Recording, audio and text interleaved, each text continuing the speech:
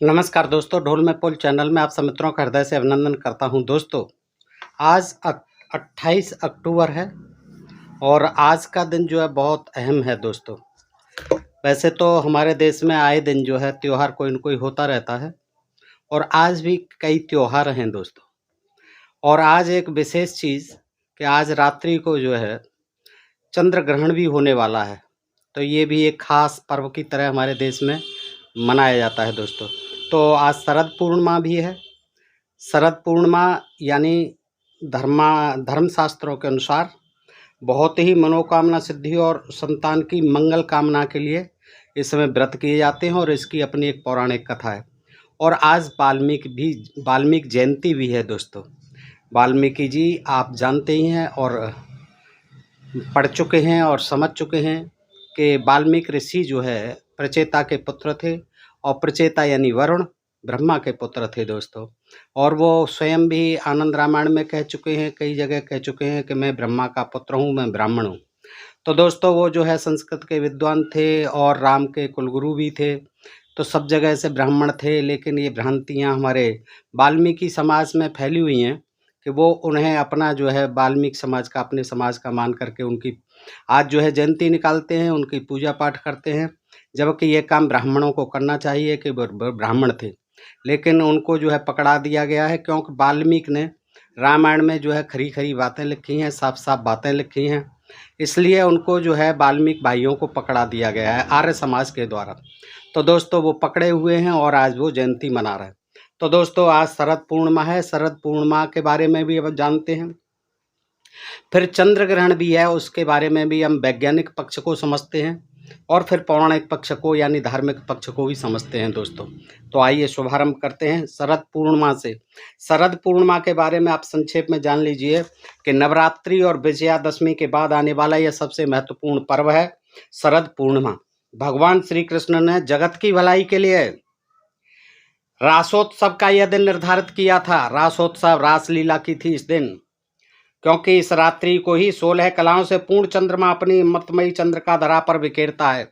और ऐसा बताया जाता है पुराणों के अनुसार कि आज के ही दिन चंद्रमा जो है केवल आज के ही दिन वर्ष में 16 कलाओं से परिपूर्ण होकर के चंद्रा अपनी जो है किरणों की छवि को यानी अपनी चांदनी को धरती पर बिखेरता है।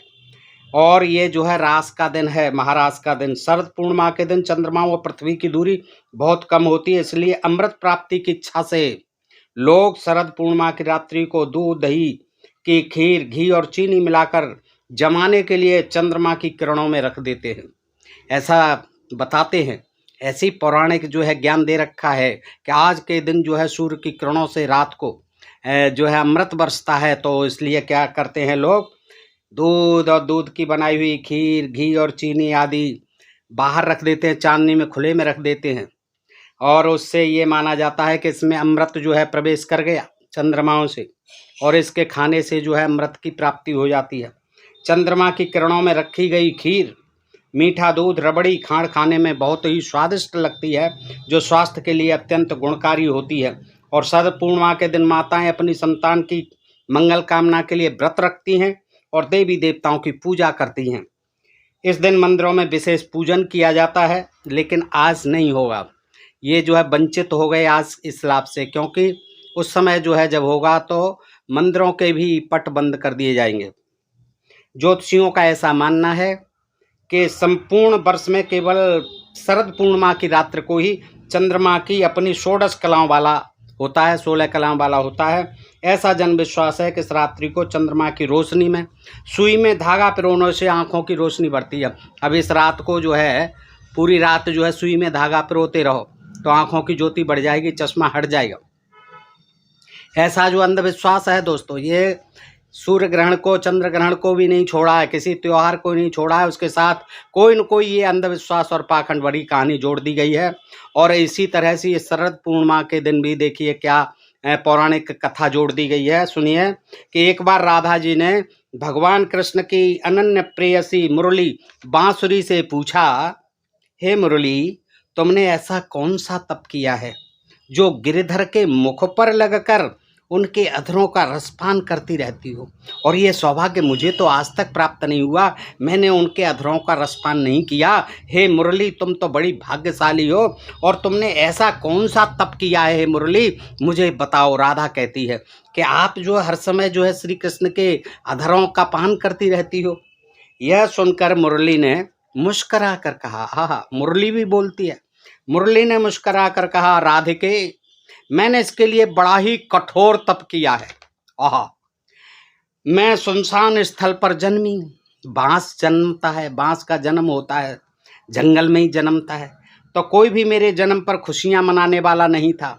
अब भला वनस्पति के या बांस के जन्म पर कौन खुशियां मनाएगा। एकांतवास में ही यौवन प्राप्त कर जब मैं गर्भ से झूम रही थी, तो एक दिन कठोर हृदय व्यक्ति ने मेरे ऊपर लोहे के औजार का प्रयोग कर मेरे अंगों को काट काट कर नष्ट कर दिया है। इससे मेरा गर्भ ही चूर चूर नहीं हुआ, बल्कि असह्य पीड़ा को भी मैंने भोगा।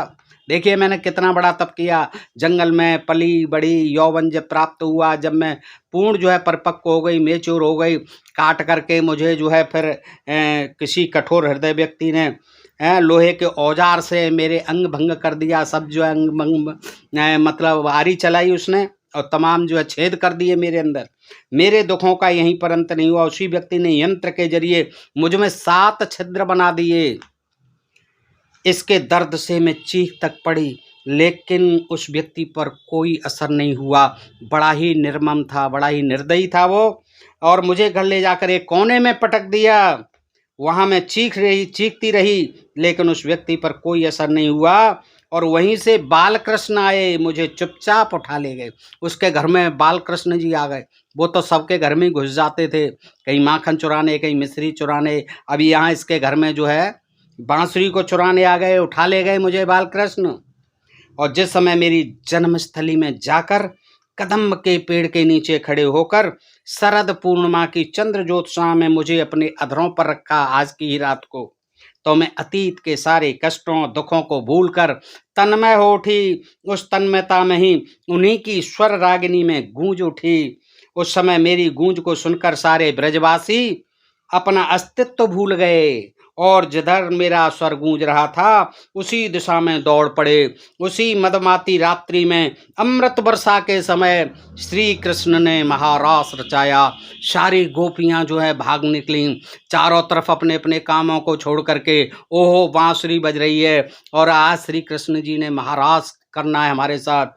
जाती हैं और फिर वो जो है यमुना के जल में खूब जल क्रीड़ा करती हैं, जल विहार करती हैं, और कृष्ण जी के साथ आनंद लेती हैं। दोस्तों, इस तरह से ये रासलीला हुई, इसका वर्णन आप देख चुके हैं कई वीडियो में।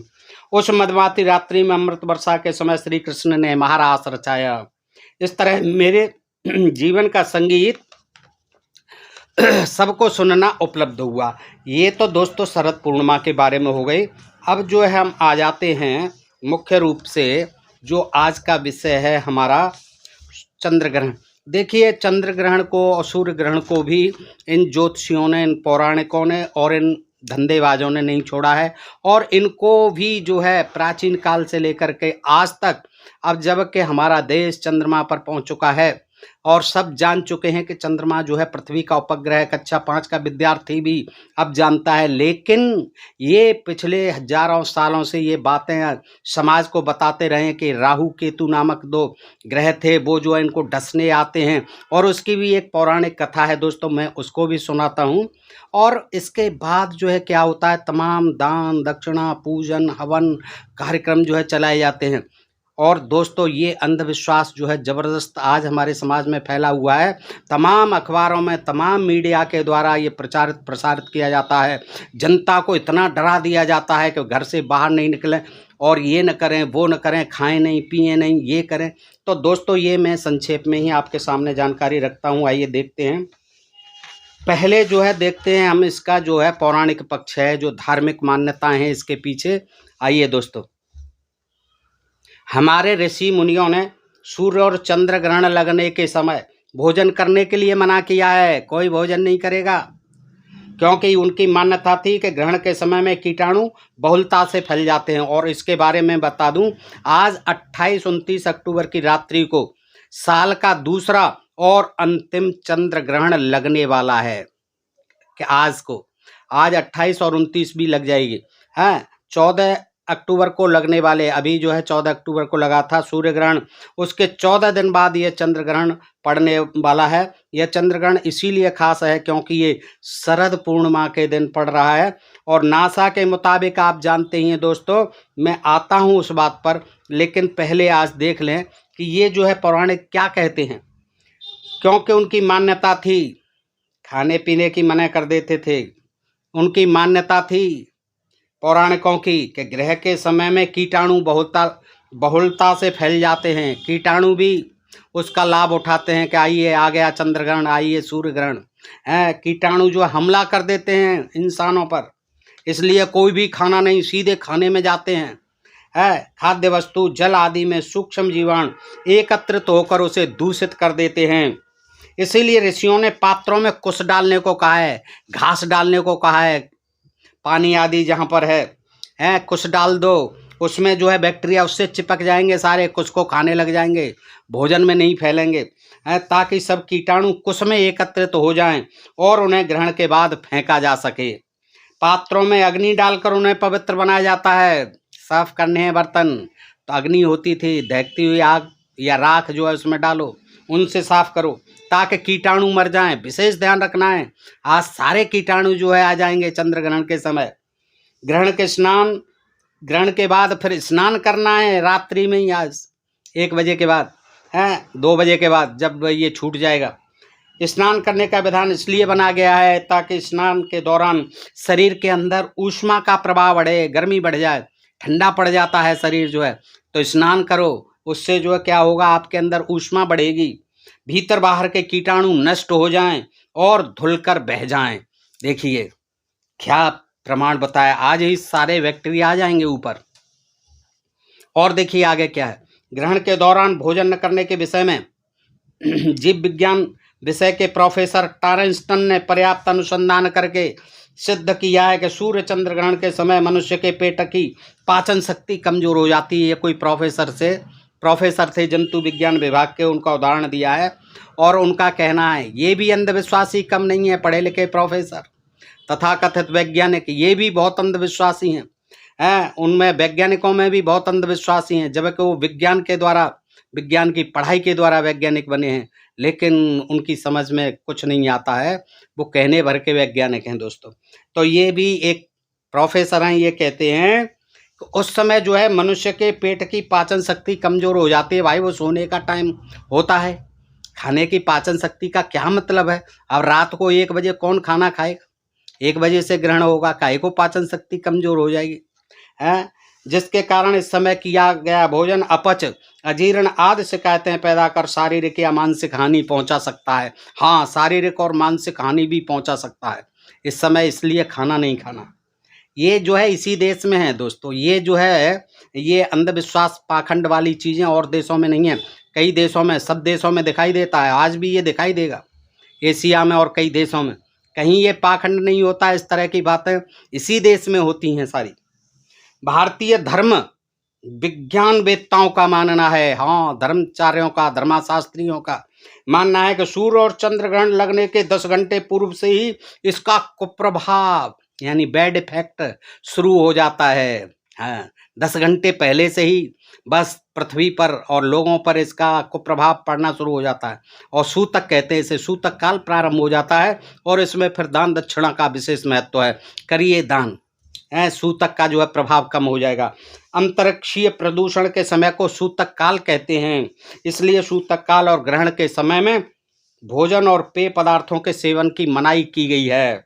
चूँकि ग्रहण से हमारी जीवन शक्ति का ह्रास होता है और तुलसी के पत्ते में विद्युत शक्ति व प्राण शक्ति सबसे अधिक है। इसीलिए सौर मंडलीय ग्रहण काल में ग्रहण प्रदूषण को समाप्त करने के लिए भोजन और पेय सामग्री में तुलसी के कुछ पत्ते डाल लीजिए।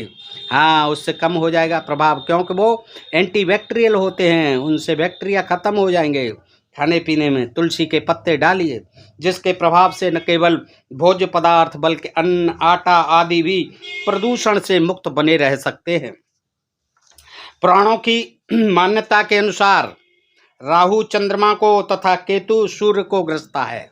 देखिए पुराणों की मान्यता के अनुसार, धर्मशास्त्रों की मान्यता के अनुसार, धर्माचार्यों की और पौराणिक विद्वानों की मान्यता के अनुसार क्या होता है कि चंद्रमा को कौन? राहु डसता है। ये भी ग्रह बनाए दोनों बताए, लेकिन कोई वैज्ञानिक नहीं मानते इनको। राहु चंद्रमा को तथा केतु सूर्य को डसता है। ये दोनों ही छाया की संतान है। छाया यानी सूर्य की पत्नी छाया की संतान है। चंद्रमा और सूर्य की छाया के साथ साथ ये चलते हैं। चंद्र ग्रहण के समय कफ की प्रधानता बढ़ती है, कफ बढ़ जाता है शरीर में और मन की शक्ति क्षीण होती है। देखिए क्या वैज्ञानिक बात है, किस तरह से लोगों को मूर्ख बनाया गया है। ये कोई भी चीज़ नहीं छोड़ी है। ये सूर्य ग्रहण और चंद्र ग्रहण के बारे में तो बहुत ही डराया गया है जनता को। और दोस्तों क्या कहते हैं, कफ की प्रधानता बढ़ जाती है। जब सूर्य ग्रहण के समय जठराग्नि, नेत्र और पित्त की शक्ति कमजोर पड़ जाती है। गर्भवती स्त्री को ये बड़ा बहुत चलता है। गर्भवती स्त्री को सूर्य चंद्र ग्रहण नहीं देखना चाहिए, क्योंकि इसके दुष्प्रभाव से शिशु अंगहीन होकर विकलांग बन सकता है। वैसे क्या विकलांग नहीं होते, या फिर जो देखती हैं, जो काम करती हैं, उनके सभी के विकलांग हो जाते हैं? ऐसा कुछ नहीं है दोस्तों, ये केवल भ्रांति और अंधविश्वास फैलाया गया है कि किसी ने देख लिया सूर्य ग्रहण या चंद्र ग्रहण तो शिशु अंगहीन होकर के विकलांग बन जाता है, गर्भपात की संभावना बढ़ जाती है। अब देखिए कितना डराया गया है। इसके लिए गर्भवती के क्या करते हैं, उदर भाग में गोबर और तुलसी का लेप लगा दिया जाता। आहा, देखिए क्या उपचार होता था। पेट पर जो है, गर्भवती स्त्री के पेट पर क्या फिराते थे, लेप करते थे, गोबर और तुलसी का लेप करते हैं। करना चाहिए आज भी हैं। आज जब कि इतना विज्ञान है, इतने डॉक्टर हैं, सारी चीज़ें हैं, सबके इलाज हैं, अल्ट्रासाउंड हैं, सारी चीज़ें हैं, लेकिन आज भी लोग जो है इतने अंधविश्वासी हैं। 90% लोग जो है आज कम से कम इन चीज़ों को आज भी मानते हैं। उन्हें नहीं पता कि चंद्र एक ग्रह है, वो उपग्रह है पृथ्वी का, उन्हें कुछ पता नहीं है। और वो जो है इन अंधविश्वासों को आज भी मानते हैं। और ग्रामीण अंचल में विशेष तरह आज भी पता नहीं गेरू का यूज किया जाता है। गेरू जो होता है उसे घोल करके पशुओं के सींगों को रंगा जाता है, पशुओं पर डाला जाता है जो गर्भवती पशु होते हैं। और इसी तरह स्त्रियों के ऊपर भी कहीं कहीं उसका जो है छिड़काव किया जाता है गेरू का। तो इससे जो है ये कुछ नहीं होना, ये अंधविश्वास और पाखंड है। और आगे कहते हैं जिससे राहु केतु उसका स्पर्श न कर सकें। हाँ, पेट पर लेप कर दिया गोबर और तुलसी का तो राहु केतु उसके पेट को छू नहीं पाएंगे। ऐसे ही जो है गोबर वो गेरू पोत दिया तो जिनके ऊपर छिड़क दिया तो वो राहु केतु उसे छू नहीं पाएंगे, यानी सब कुछ ठीक ठाक रहेगा। ग्रहण के दौरान गर्भवती महिला को कुछ भी कैंची या चाकू से काटने को मना किया जाता है। आज भैया सब्जी मत काटियो, आज सूर्य ग्रहण लग रहा है, रात में चंद्र ग्रहण है, सूर्य कैंची नहीं चलानी है, कोई सिलाई नहीं करनी है और बिल्कुल भी कोई सब्जी नहीं काटनी है। हाँ, बिल्कुल जो है चाकू और कैंची का प्रयोग नहीं किया जाना चाहिए गर्भवती महिला को, क्योंकि ऐसे करने से क्या होता है कि शिशु के अंग या तो कट जाते हैं और या फिर सिल के जुड़ जाते हैं। ये होता है। कितना अंधविश्वास है, लोग इसको आज भी मानते हैं, समझने को तैयार नहीं, जबकि वैज्ञानिक युग है, सारी चीज़ें सिद्ध हो चुकी हैं कि ये सब अंधविश्वास और पाखंड है। इसमें देखिए पूजन और विधि विधान भी बताया गया है धर्म ग्रंथों में। ग्रहण लगने के पूर्व नदी या घर में उपलब्ध जल से स्नान करके भगवान का पूजन, यज्ञ, जप करना चाहिए। भजन कीर्तन करके ग्रहण के समय का सदुपयोग करें। ग्रहण के दौरान कोई कार्य नहीं करें, आराम करें, घर में छुप करके बैठ जाएं, बाहर न निकलें। ग्रहण के समय में मंत्रों का जप करने से सिद्धि प्राप्त होती है। मंत्र जप करें। कौन कौन से मंत्र जप करने हैं ये सुन लीजिए। जैसे ही सूतक लगे यानी 9-10 घंटे पहले लग जाता है, उसमें क्या करना है, घर में ही रहना है, बाहर नहीं निकलना है, नहीं तो उसकी किरणों से आपका शरीर जो है नुकसान पा जाएगा। तो क्या करना है, शिव जी के लिए ओम नमः शिवाय, और श्री कृष्णाय नमः कृष्ण के लिए, राम रामाय नमः राम के लिए, ओम रामदूताय नमः हनुमान के लिए, ओम सोम सोमाय नमः चंद्रमा के लिए, और ओम ह्रीं द्रुम दुर्गाय नमः दुर्गा के लिए। इन मंत्रों का जाप करते रहो घर में बैठ करके। हैं ये जो है। और इसके अलावा ग्रंथ भी पढ़ने हैं आपके घर में जो भी उपलब्ध हों, जैसे रामायण है, जैसे महाभारत है, गीता है, आदि है, जो भी धार्मिक ग्रंथ है वो भी आपको पढ़ने चाहिए। और मंदिरों के पट बंद हो जाते हैं, फिर भी मंदिरों में जाकर के आप दान दे सकते हैं दोस्तों, हैं ये भी बताया। और क्या क्या नहीं करना है ये दोस्तों बड़ी रोचक चीज़ें हैं, आप देख लीजिए कि ग्रहण की अवधि में तेल लगाना, शरीर से तेल नहीं, मालिश नहीं करनी है। भोजन करना, भोजन नहीं खाना है। जल पीना, जल नहीं पीना है, प्यासे मर जाओ, भूखे मर जाओ। मलमूत्र त्याग करना नहीं है, ये सबसे बड़ी बात है। मलमूत्र भी त्याग नहीं करना है, ध्यान रखो दोस्तों। कितना ही जबरदस्त आपका प्रेशर बनना हो, कोई ज़रूरत नहीं है लैट्रिन जाने की, है तो मलमूत्र त्याग करना। केश विन्यास बनाना, ये कटाई छटाई, ये सुंदरता नहीं करनी है बालों की कुछ भी। रत क्रीड़ा करना, ये तो आप जानते ही, ये तो बिल्कुल वर्जित है। रत क्रीड़ा नहीं करनी है कहीं भी। और मंजन करना, दांत भी साफ नहीं करने हैं, कॉलगेट टूथपेस्ट सब रख दो, कुछ नहीं करना है। कुछ लोग ग्रहण के दौरान स्नान भी करते हैं। ग्रहण समाप्त हो जाने पर स्नान करके ब्राह्मण को दान देना है, ये विधान है दान देने का शास्त्रों में, कि जैसे ही ग्रहण समाप्त हो नहाइए धोइए और पंडित जी को बुलाइए, उनको दान दीजिए। है कहीं कहीं वस्त्र बर्तन धोने का भी नियम है। पुराना पानी अन्न नष्ट कर नया भोजन पकाया जाता है, जो रखा हुआ है पहले से बना हुआ उसको नष्ट कर दीजिए, उसको नहीं खाना है, चाहे वो 2 घंटा पहले ही बनाया हो। अब नया बनाइए, नहा धो करके और ताज़ा पानी भर करके पिलाओ। ग्रहण के बाद डोम को दान देने का अधिक महत्व बताया जाता है। डोम तो आप समझते ही होंगे दोस्तों, हमारे जो है वाल्मीकि समाज के भाई भी सवेरे सवेरे आ जाती हैं, दीजिए आटा दीजिए, जो कुछ भी है उसका दीजिए हमें, क्योंकि हम जो है राहु केतु के रिश्तेदार हैं, उनका ये मानना है। क्योंकि डोम को राहु केतु का स्वरूप माना गया, स्वरूप माना गया है कि राहु केतु हैं। देखिए एक जाति विशेष को जो है कितना अपमानित किया गया है कि उनकी राहु केतु से तुलना कर दी गई है हमारे वाल्मीकि समाज की। तो ये देखिए ये चीज़ है। और इसका पौराणिक कथा क्या है इसके पीछे, ये भी दोस्तों सुन लो। ये कथा जो है श्रीमद् भागवत पुराण के 8वें स्कंद में आई है कि जब समुद्र मंथन से बड़ा अमृत का घड़ा निकला, तो उसके बंटवारे के लिए स्त्री वेशधारी मोहिनी के रूप में विष्णु बने हुए थे। विष्णु ने दैत्यों से प्रार्थना की, तब उस मोहिनी ने झगड़े को निपटाने के लिए, यानी झगड़ा घड़े को लेकर के था, अमृत का घड़ा जब निकला तो देवता अपने लिए कहने लगे, खींचने लगे उस घड़े को, देव और दैत्य जो है अपने को, क्योंकि दोनों ही मंथन कर रहे थे। तो देवता बहुत चालू थे, वो जो है एक तो पूंछ की तरफ लगे थे, एक जो है विष्णु जो है उनमें छल कपट का काम कर रहे थे। तो उन्होंने कहा कि ये ऐसे नहीं मानेंगे, मंत्रणा की। तो उनसे कहा विष्णु जी से कि आप हमारी बताइए क्या किया। वो तुरंत जो है मोहिनी यानी सुंदर स्त्री का रूप धारण किया, घड़े को ले लिया कि चलो मैं जो है आपको परोसती हूँ, सबको लाइन लगा लीजिए। एक तरफ जो है दैत्य बैठे हुए हैं, एक तरफ जो है सारे देवता बैठे हुए हैं। मोहिनी जो है घड़े को लेके चल दी है। तो लेकिन वहाँ क्या होता है कि वो जो है बड़ी चतुराई से वो जो है पागल हो गए, दैत्य जो है वो उसकी सुंदरता पर रिझ गए, उसको देखते ही रहे, और वो धीरे धीरे जो है देवताओं की पंक्ति में पिलाती रही मोहिनी जो है। तो ये क्या हुआ कि कलश लेकर के मोहिनी ने बातों और अदाओं से दैत्यों को ठगते हुए उसने दूर बैठे देवताओं को जरा और मृत्यु को दूर करने वाला अमृत पान कराना शुरू कर दिया। तो राहु को उस पर संदेह हो गया। हाँ, राहु भी बैठा हुआ था देवताओं की पंक्ति में। तब वह देवताओं का वेश बना उनकी पंक्ति में घुस गया, देवताओं का वेश बना लिया, और उधर से उठ करके वो दैत्यों की उसमें बैठा हुआ था राहु जो है, उससे उठ करके उसने कहा कि ये तो उधर ही पिलाई दे रही है मोहिनी। वो जो है देवताओं का वेश बना करके उधर घुस गया है और सूर्य चंद्रमा के बीच में बैठ गया। देखिए कहाँ बैठा, उसने जगह भी कहाँ चुनी। कोई हल्के फुल्के देवताओं के बीच में बैठ जाता तो बात बनती, लेकिन उसने तो जो है सूर्य और चंद्रमा, इधर चंद्रमा इधर सूर्य, उनके बीच में बैठ गया।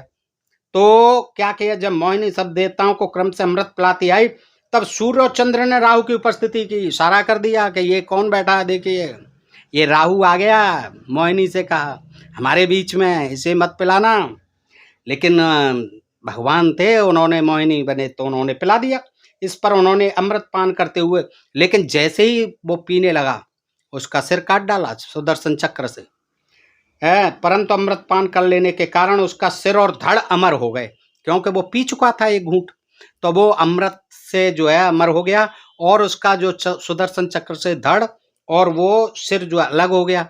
तो एक जो है राहु बना, एक केतु बना। ब्रह्मा जी ने उसे राहु केतु ग्रह बनाया, ये 2 ग्रह और बना दिए थे, इसलिए वे देवताओं के साथ रहने लगे ग्रह बन करके। इसी बैर से राहु और केतु सूर्य चंद्रमा का अब तक पीछा करते हैं, अभी भी नहीं छोड़ते कि तुमने हमारी चुगली की थी, हमारा सिर जो है हम तुम्ही ने कटवाया था विष्णु से। तो वो आज भी पीछा नहीं छोड़ते हैं, और आज भी उनको खाने को निगलते हैं, सूर्य और चंद्रमा को, और उनको निगलने का प्रयास करते रहते हैं। इसी कारण सूर्य और चंद्र को ग्रहण लगता है। दोस्तों, ये आपने पौराणिक कथा सुनी। अब दोस्तों आ जाते हैं मेन बात पर कि इसका वैज्ञानिक पक्ष क्या है। तो दोस्तों ये देखते हैं कि नासा के मुताबिक चंद्र ग्रहण पूर्णिमा के दिन होता है। याद रखिए, हमेशा चंद्रमा के पूर्णमासी के दिन होता है, क्योंकि चंद्रमा पूर्ण होता है उस दिन। और सूर्य ग्रहण जो है हमेशा अमावस्या के दिन होता है, क्योंकि उस दिन जो है चंद्रमा दिखाई नहीं देता है। तो क्या होता है कि जब पृथ्वी आज के दिन चंद्र ग्रहण के समय पृथ्वी, चंद्रमा और सूर्य, एक तरफ चंद्रमा होता है, एक तरफ सूर्य होगा, और बीच में होगी पृथ्वी। तो पृथ्वी बीच में आ जाती है, तो पृथ्वी की छाया चंद्रमा की सतह पर पड़ती है, जिससे चंद्रमा की, क्योंकि बीच में आ गई, सूर्य के प्रकाश से दोनों प्रकाशित होते हैं। मान लीजिए उधर सूर्य है, ये पृथ्वी है, इधर चंद्रमा है, तो उधर से जो सूर्य का जो प्रकाश आ रहा है, पृथ्वी चूंकि चंद्रमा से बड़ी भी है, तो क्या होता है, उसकी जो छाया जितने अंश पर पड़ेगी चंद्रमा पर, वो उतना जो है काला दिखाई देगा, वो प्रकाशित नहीं दिखाई देगा। तो ये होता है। तो स्वतः जो उसकी चंद्रमा की धुंधली दिखने लगेगी, और कभी कभी कुछ घंटों के लिए चंद्रमा की सतह कुछ लालामी लिए दिखाई देती है, और कभी बिल्कुल जो है दिखाई नहीं देता है, जब पूर्ण खग्रास ग्रहण होता है। इस बार जो ये चंद्र ग्रहण है वो पूर्ण चंद्र ग्रहण नहीं है, यह आंशिक चंद्र ग्रहण है। आंशिक चंद्र ग्रहण कब होता है दोस्तों? आंशिक चंद्र ग्रहण तब होता है जब पृथ्वी सूर्य और चंद्रमा के बीच से गुजरती तो है, लेकिन ये तीनों सूर्य और पृथ्वी और चंद्रमा एक ही सटीक रेखा पर नहीं होते हैं। एक ही रेखा पर जब आ जाते हैं उस समय जो है पूर्ण चंद्र ग्रहण और सूर्य ग्रहण होते हैं। लेकिन इस समय जो है ये क्योंकि आंशिक रूप से गुजर जाएगी, थोड़ा सा हिस्सा आएगा थोड़े से समय के लिए, इसलिए क्या है कि उसी समय जो है आंशिक चंद्र ग्रहण होगा। तीनों सूर्य, चंद्रमा, पृथ्वी एक ही राशि पर जब आ जाते हैं तो पूर्ण चंद्र ग्रहण बनने की संभावना रहती है, पूर्ण सूर्य ग्रहण बनता है। और आज रात्रि का चंद्र ग्रहण आंशिक चंद्र ग्रहण इसीलिए है। यह चंद्र ग्रहण 1 घंटा 19 मिनट तक चलेगा। यह चंद्र ग्रहण 11:31 AM हो जाएगा, क्योंकि 29 तारीख लग जाएगी, अगला दिन लग जाएगा इतवार जो है। तो दोस्तों यह चंद्र ग्रहण 1 घंटा 19 मिनट तक चलेगा। कितने? 1 घंटा 19 मिनट तक चलेगा, और 11:31 पर शुरू हो जाएगा, और रात्रि के 3:36 पर समाप्त होगा। अर्धरात्रि के बाद भारत के सभी इलाकों में यह चंद्रग्रहण दिखाई देगा, और भारत के अलावा पूरी एशिया और विश्व के अन्य देशों में भी यह चंद्रग्रहण देखा जा सकेगा। तो दोस्तों मैंने ये दोनों ही पक्ष आपके सामने रखे। बताइए आपको ये जानकारी कैसी लगी? अच्छी लगी हो तो मित्रों में अधिकाधिक शेयर करें। और दोस्तों इससे आपने क्या कहानी से क्या समझा कि देखिए हर दिन 7 बार न्यौ त्यौहार हैं, हर दिन जो है कोई न कोई कथा कहानी गढ़ दी गई है, दान दक्षिणा के लिए, तमाम जो है पूजा पाठ के लिए। तो दोस्तों पूजा पाठ करना और ये सब धार्मिक अंधविश्वास और पाखंड को मानना, ये हमारे देश की मान्यता है दोस्तों। प्राचीन सदियों से, प्राचीन काल से चली आ रही है, सदियों से चली आ रही है, आज भी चल रही है, आगे भी चलती रहेगी। इसको मीडिया जो है, अखबार आदि जो है बहुत बढ़ावा देते हैं, और इस तरह से ये कथावाचक आदि भी अंधविश्वास और पाखंड को कायम रख रही हो। ज्योतिषियों का बड़ा महत्व है। ज्योतिषी जो है नई नई बातें इसके बारे में गढ़ देते हैं दोस्तों। आप देख सकते हैं यूट्यूब पर तमाम चैनल मिल जाएंगे। कोई सिर पैर नहीं है। ऐसी कथा कहानियों से जो है जनता को मूर्ख बनाया जा रहा है। तो दोस्तों, आज आवश्यकता है कि आप इन अंधविश्वास और पाखंडों से मुक्त समाज का निर्माण करें। दोस्तों, आज इनकी कोई प्रासंगिकता नहीं है। विज्ञान सिद्ध कर चुका है कि चंद्रमा कोई देवता नहीं है, सूर्य कोई देवता नहीं है। चंद्रमा जो है उपग्रह है, पृथ्वी का उपग्रह है, जो पृथ्वी के चारों ओर घूमता है, और पृथ्वी जो है सूर्य के चारों ओर घूमती है। दोस्तों, तो इस तरह से ये जानकारी अगर अच्छी लगी हो तो मित्रों में अधिकाधिक शेयर करें। अपने प्रिय चैनल ढोल में पोल को सब्सक्राइब करते रहें। फिर मिलते हैं ऐसे किसी प्रसंग के साथ अगले वीडियो में। तब तक के लिए आप सब मित्रों का हृदय से आभार। नमस्कार। जय भारत, जय इंडिया। दोस्तों।